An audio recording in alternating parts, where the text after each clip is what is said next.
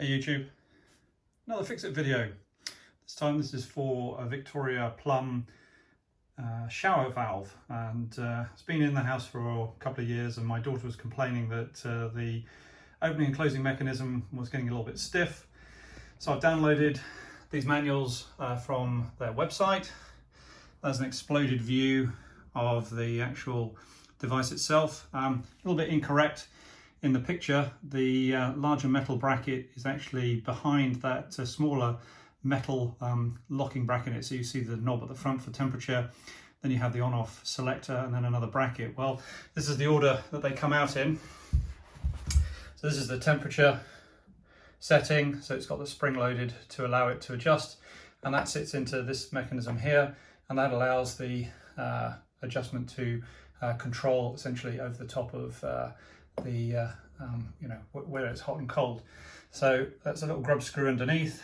There's a grub screw inside here. Actually, it's this bit here that screws into the top of that, and that goes over the mechanism, and then that sits on top of it. So those all sort of go together. That goes on to this next bit, which is the sort of controller fascia plate. So that goes on at the top of that. That would go in here like that, which is where it's incorrect in the picture. And then finally, it gets all put together in the actual valve itself. So this is the valve. I've just been spraying it with a little bit of silica gel to try and loosen it up. So this is the valve there. And the controller, top one is the temperature. The back one is the on and off setting as far as the opening and closing the valve, and then the valve mechanism just opens and closes in here, and these are the hot and cold mixers. So a pretty big nut to take off, quite tough to get off actually. So I'm going to put a little bit of silicone spray or a little bit of lubricant around it just to allow it to seat back in again, and we'll take a quick look at the shower enclosure itself, where it goes into. So this is inside the shower enclosure. A little bit of a close-up. So you can see there's the mixers for the hot and cold, and top and bottom, which is allowing water to either come out the top or come out of the bottom. I put a cloth down so that if anything falls through, it doesn't fall underneath the actual drain itself. And then there's my wrench to get it off, because I didn't have a big enough spanner to take it off. So I've cleaned all this area down now.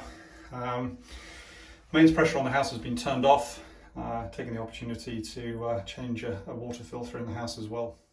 Just a quick thing to note, there is another grub screw under here. You don't need to release it all the way off, because that just sort of slots over the top of this part like that, and that just holds it in place. But that was a little bit tricky when I was taking it all to pieces, so just be aware that that doesn't go in there. And then the other part that I didn't show, so that goes over the top, and that sort of sits on here again to allow it to move a little bit more freely. Sorry, you can see that. So that sits on top like that to make it allow it to move more freely. So that part, then that part, and then we put it all back together. So I'm going to grease up this little bit of the grommet around here, just so that it's a little bit easier to tighten up and makes a good seal on the housing. Right, so that's back in place. Let's put the little washer over the top. So I think it just sort of fits in here like that, so it allows it to have a freer sort of movement backwards and forwards. I may put a little bit of lubricant on that actually, just thinking about it, so that it has a little bit of a chance to move around with it as well. So the locking mechanism's on. I'm just tightening up the little grub screw on here. Won't need to be too tight, and you can see I can close it.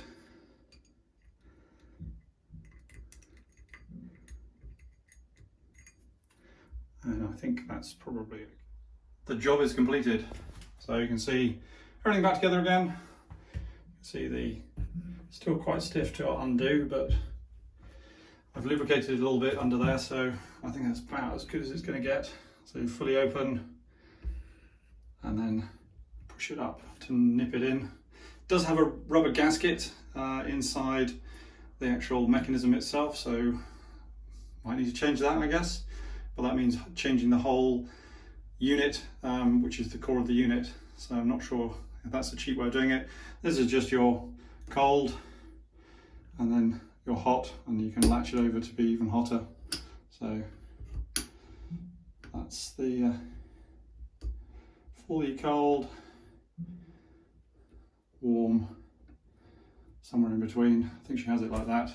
So hopefully that's the right setting for her. I'm sure we'll find out sooner or later, but job done. Not a bad little fix, hopefully. Thanks YouTube, take care. If useful, always like and subscribe. It helps us all in the YouTube world.